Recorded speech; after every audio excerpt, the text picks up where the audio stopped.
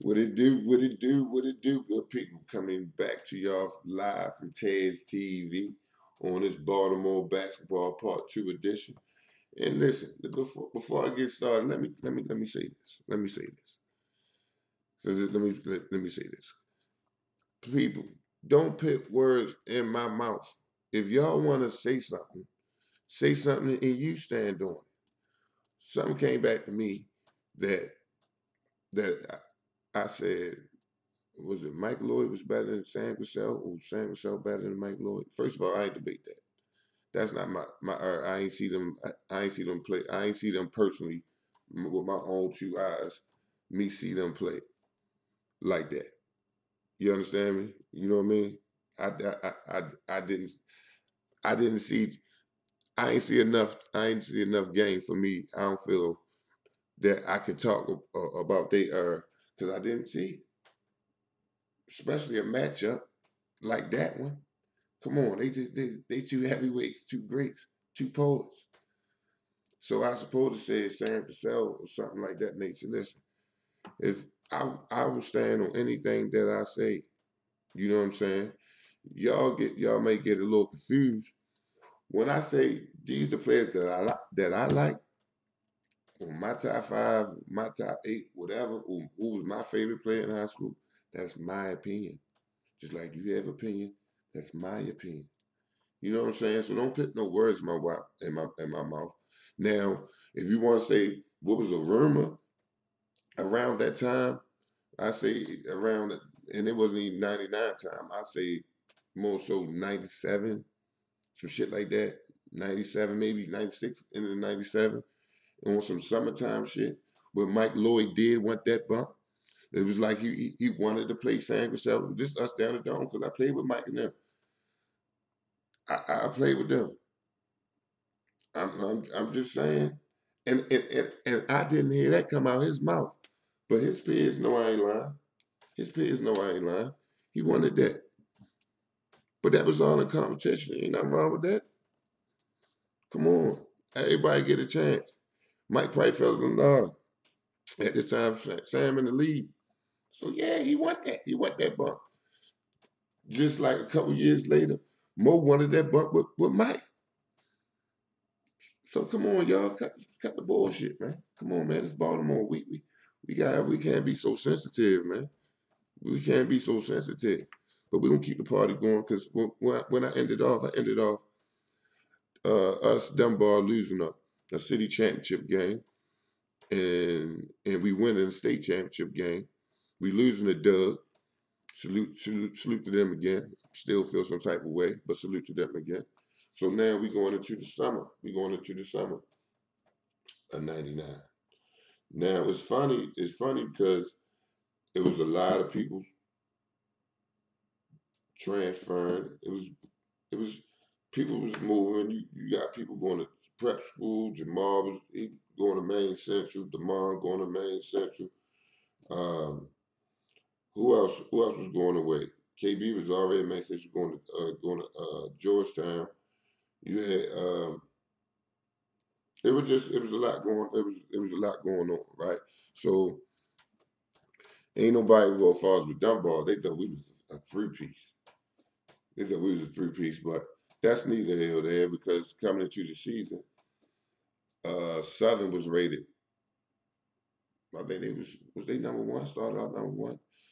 They had to start out number one in the area that year because they had started number one in the area that year because I want to say they started ranked in the country. I want to say they started ranked in the country. They, they had Melvin, which was on his which was he was at he had hit his stride at this time. You had Zeke that was coming into his own. You had Lucky. Lucky was smooth. Lucky was a smooth. I love the Lucky game, right? You had Big Fields. You had a couple other goons down there on Southern team. We did. Tion left us. He left Dunbar. Went up Lake Clifton with Dip, Dale Bird, moves on. Who else was on that team? Dip, Muzon, Cheon, Dale Bird, Kenny P. Yeah, and Kenny P. Kenny P was on that team. Um, so Selling was supposed to be the top dog coming in. Uh, you had Gil transfer over. Gil he transferred over to the TC, and that was a big move because Gil was torching shit over there in Gibbons. Everybody know he was on his hash mark shit as a little boy. So that was a little talk too for a little while. That was a talk. Um, Derek Snowden and them Spartan, they were still around. Reggie and them was up Calvin Hall, they were still around. Doug, they was like babies. Because they lost a lot. Walbrook, they was young too, but they had Nougat up there. You know, Carver still had Mike Tay. Um, it was it was it was it was it was for me that year. It was like going into that year, it was like it was a mission for me because motherfuckers counted Dunbar out, and then Dunbar started making moves. I remember the day when they said, you know, Tay about to transfer down. Ooh, okay. Then you know Reggie Miller. He transferred. No, Reggie Cornell. I don't know why I just now got Steve Miller. I think Steve Miller, but Reggie Cornell. He coming down. Tony Murphy coming down. Now I know they was young and everything, but I'm like, all right, this time. You know what I'm saying? Tony could go. Reg could go. Uh, uh, we had Ray. He was dunking on shit up Milford Mill. He came in. New Calvin was moving up, which was yeah Calvin, big piece. Uh, and then my son, my big boy, Nardo and Ice. Even though Ice played JV, you had Nardo coming in, and you had Kenny Minor moving up. So it was at the beginning. At the beginning, I'm gonna tell it like it is. At the beginning, we started out like a family. You know what I'm saying? We started out like a family. But that's neither here or there. Because we got the big boy coming. And it felt like this. It was a lot of chit chat, a lot of chit chat, a lot of chit chat. And what I mean by it was a lot of chit chat, which was what should have been. You had all these different guards coming up, and they was coming into their own. Mel, everybody, everybody, because his name. I ain't gonna say people throwing dirt on Tay name or nothing like that, but put it like this: people was unappreciated, right? You know what I'm saying? So when he came down there, I knew he had a chip on his shoulder. Like he was, I ain't gonna lie, he was crossing y'all names off. Not literally, but when I say, man, this man gonna have, we have a conversation before every game. We talk about, it's crazy, but because LaFonte Johnson story gonna come later on. That's coming soon because I don't even got enough time to talk about him and what he meant to me in my game. You know what I'm saying? My game and my career. I can't say what the man just went everywhere he went. I'm just saying. So I was so proud to have somebody that that I feel that was the best point guard in my era. And when I say these things, best point guard in the era, right? I know he was small. I understand that, but we talking high school. So if we talking high school, just a man that started as a freshman up TC. Ain't nobody know what TC was. He put TC on the map. Had people wanting to come up there. It started a bent low to TC type deal. Uh, once he got there, he was rated. He doing he playing his top shit, thick shit. He playing with everybody. He playing with everybody and he winning. He playing beside everybody and he winning. Just like Pooh Bear said, play together, they smash shit together. I seen him play with KB. I seen him play with DeMar. I seen him play with Mo and Reds. He can play with anybody and he gonna win. One thing he gonna do, he gonna get everybody the ball, right? Everybody gonna touch the ball, right? He's not gonna turn it over, right? Mm-mm. He can do that for the first 2 or 3 quarters, right? Then he's so smart, his IQ so smart, he gonna pick off by the fourth quarter. All right, where we gonna go? He gonna take the ball, he gonna lead us on. I'm just saying, I'm only going by facts. I'm only using high school. I'm not even using when me and this man was in prep school together. How he brought, how he, man, we won the national prep school championship. And this ain't the no Bobby shit. This the Northeastern shit. You know what I'm saying? So when I talk about him, it's a little different. When I talk about a lot of others, you know what I'm saying? So just bear with me. You hear me? So we get back to the season. We're gonna get back to the season. Now you had like I said, Southern came in ranked in the country, but they had to play Lake Clifton at the beginning of the season. Some would call it an upset. I would call it. It seemed like they was equally matched teams. Both teams with pride, real big pride and ego, and they came up with the dub. But with that, it was that right there deflated Southern, I think, a little bit. Because you start the season ranked in the country and then you lose straight out to Lake Clifton, and that pumped Lake up. Tion had a game. Tion had a game. Dale Bird had a game. Muzon chipped in. Dipper gonna do what Dipper do. Jarvis played. I think Jarvis. Ah, so they was getting Lake Clifton was getting some momentum, some steam, right? So all right, we paying attention to that. We paying attention to that. So we start off. We go play Walbrook. Now at this time, it's my first time meeting Nugent. Chase says, you gotta play for real with him. He serves. Oh yeah.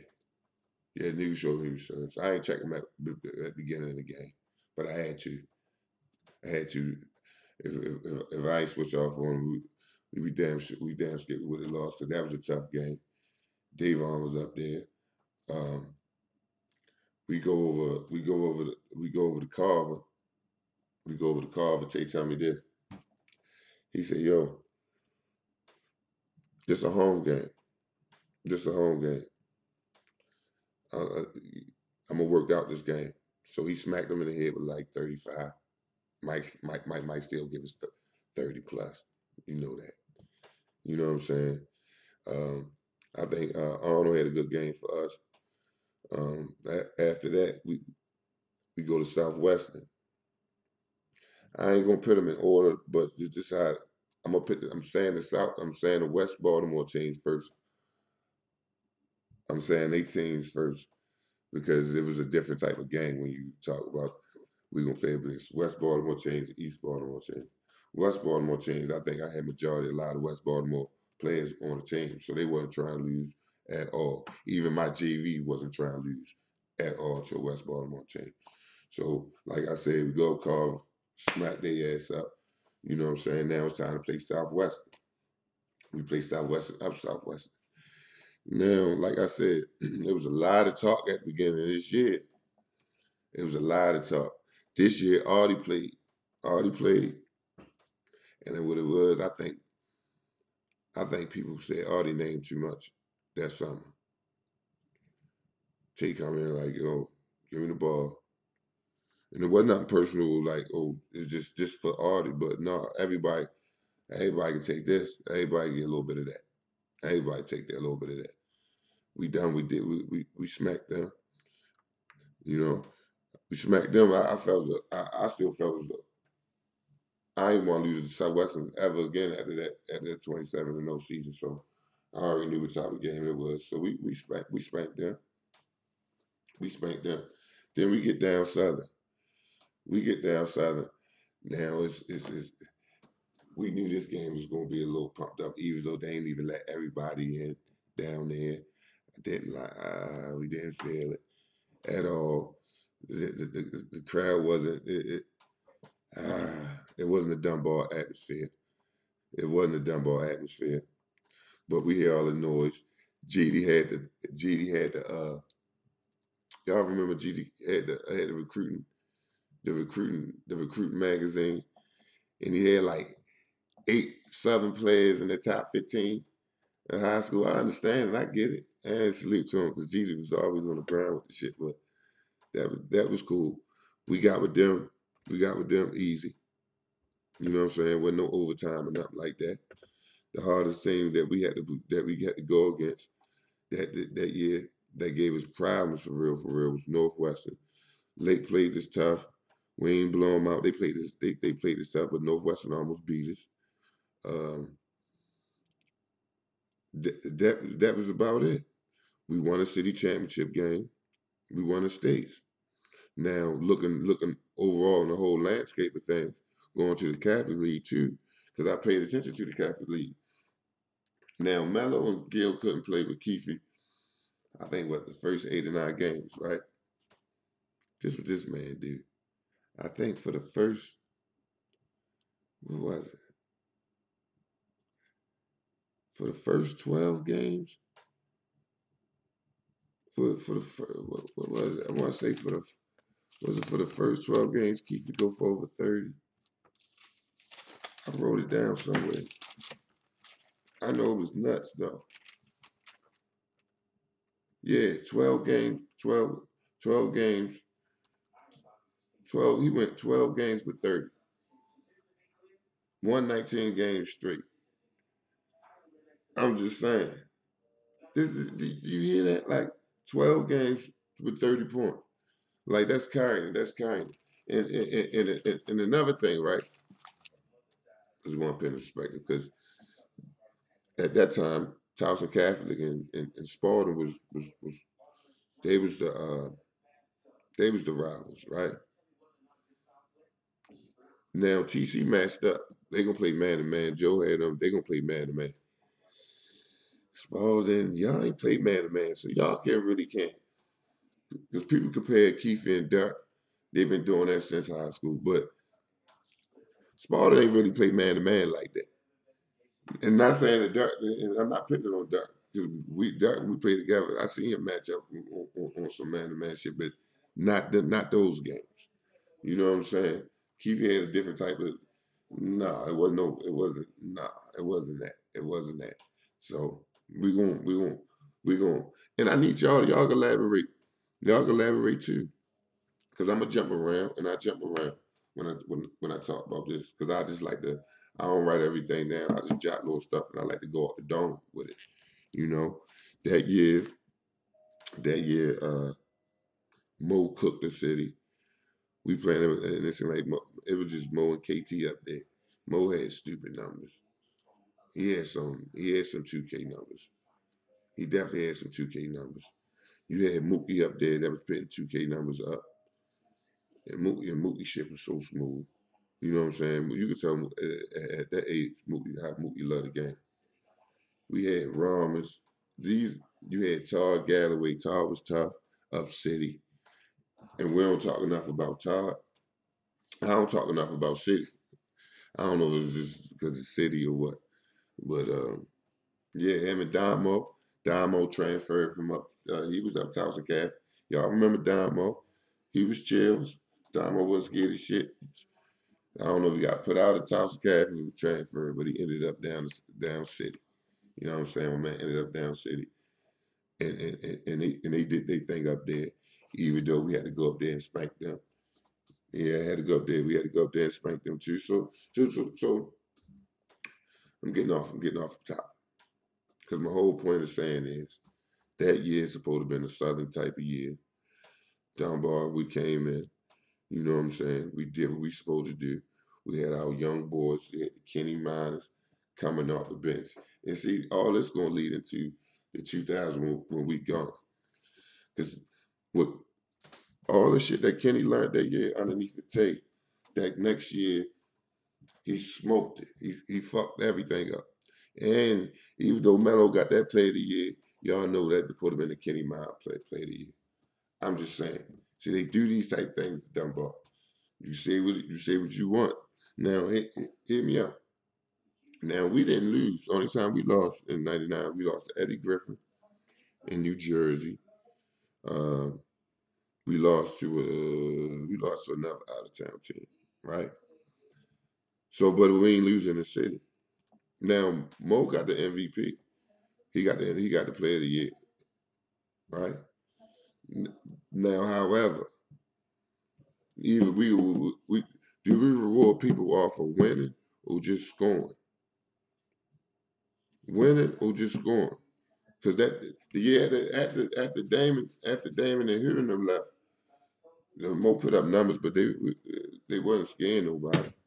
They weren't scaring nobody, but he won to Play of the Year. You know, I'm just saying when we talk about this era and other eras, right? I be so passionate because I feel as though I played in an era where at least about 10 to 15 guards. Well, first of all, everybody went D1, which that ain't really saying much, but they all could go. They all could go get it. They all had to be on the. They all had to be on the. They all had to bring their game when they play against each other. You know what I'm saying? So, and it's not that I'm downplaying other eras, nothing like that. I just feel as though we had talent, so much talent, and it just don't be spoken on, and it's not even spoken on the internet, on YouTube, not like it should be. Like I said, I respect the older generations because they paved the way, and you definitely know I respect the grind. Coming from Dunbar, come on. I went to a school. They said I'm at night camp, and they said the best high school team that was ever was Dunbar with Muggs in it. Y'all know, so we only got to keep on going back and forth with that. We only got to keep going back and forth with that. But like I said, we gonna get into after this. We gonna get into the because I'm not. I don't think I'm done with this part two because there's things that I left out and there's people names that I left out, and I don't really like to. I don't like to forget nobody because everybody got a part to play in this piece. Ain't nobody. We all lived through a great era of basketball. We all should be proud of one another and yourself. You know what I'm saying? A lot of us, blood, sweat, and tears, like I said, was basketball shit. You know what I'm saying? So, and moving forward, and I'm gonna put this out here. I'm gonna put this out here now. Just after we left, that Douglas team with Gerald and with Joey,